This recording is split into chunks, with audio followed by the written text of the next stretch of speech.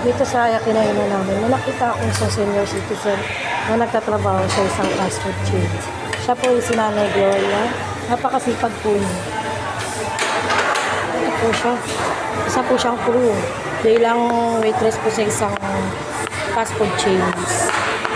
Napaka ganda po ng nakita ko kasi nakita ko po sa kanya na kahit senior citizen na, kaya niya pa pong magtrabaho bilang isang waitress sa isang fast food chains. Kakataba po ng pakarimdam sa nakita ko ngayon.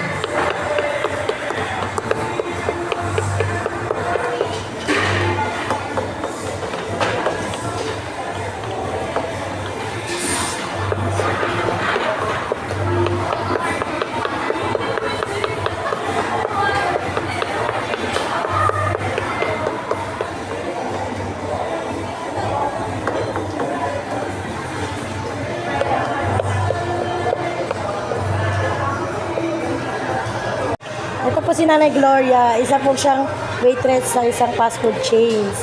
Ilang taon na kayo, Mother? 85. Sa edad niyang 85, nandito pa rin siya nagtatrabaho at malakas na malakas. Parang daig niya pa yung mga crew na kabataan.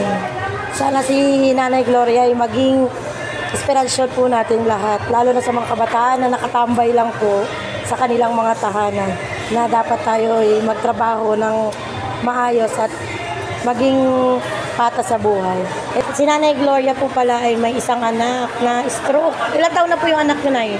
Yung isa, Yung na-stroke?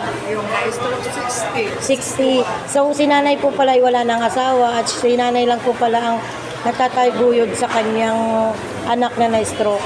Nawa po ay may tumulong po sa kanya na malaking kalooban at tumutulong sa mga katulad ni Nanay Gloria. Sana po matulungan po natin si Nanay Gloria sa kanyang problema sa kanilang bahay at sa kanyang anak. Maraming salamat po.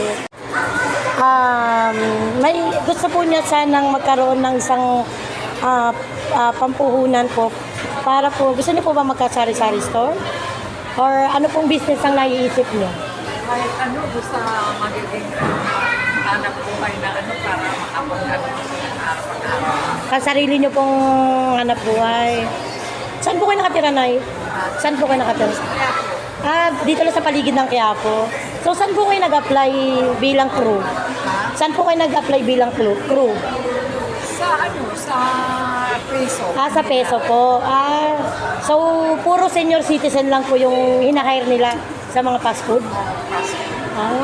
Marami po kayong na-hire na senior citizen? Maraming nakapila.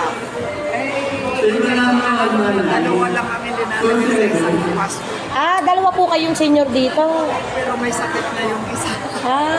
Anong oras po yung oras? Ano pong oras yung pasok nyo dito sa Alas 11. alas 11 ng umaga? Hanggang ano po? Hanggang po.